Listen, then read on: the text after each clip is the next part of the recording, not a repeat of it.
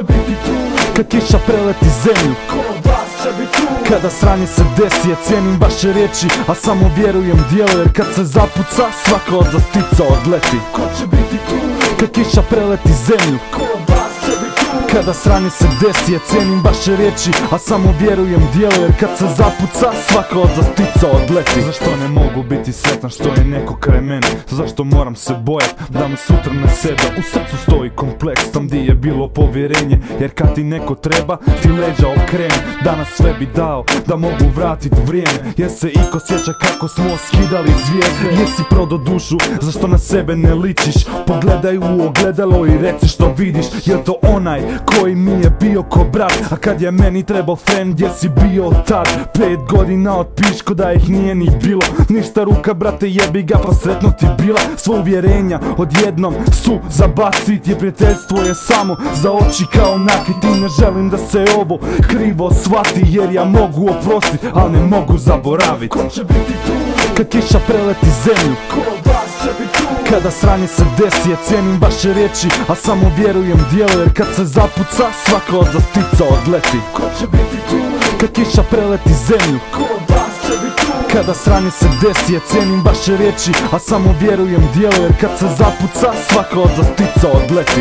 Ne žalim se nikom i ne plačem kukuja, samo dajem do znanja da vi nemate muda priznat mi u facu kak vi me smatrate. Fora kad sam tu, kad me nema ogovarate, al sami sebe varate kad mislite da ne znam. Sagledam na sve drugčije i govorim da se zezam, al mogu biti ozbiljan, toga nisi svjestan. Po tebi ja sam onaj sa strane, a ti si zvijezda. Ma ti si pička, eto šta si, samo još jedan umasi koji povjerenje gazi, po opravdanje traži. Nećeš ga naći, ni ne treba ti više, mogu nabrajat do sutra, ali vjerni toga niste. Pokaži pravo lice izdajice koje skrivaš iza maske pravog frenda kukavice. Ko mi čuva leđa, ko će iza mene sad kad počnu padat govna s neba, da li ću ostat sam? Ko će biti tu?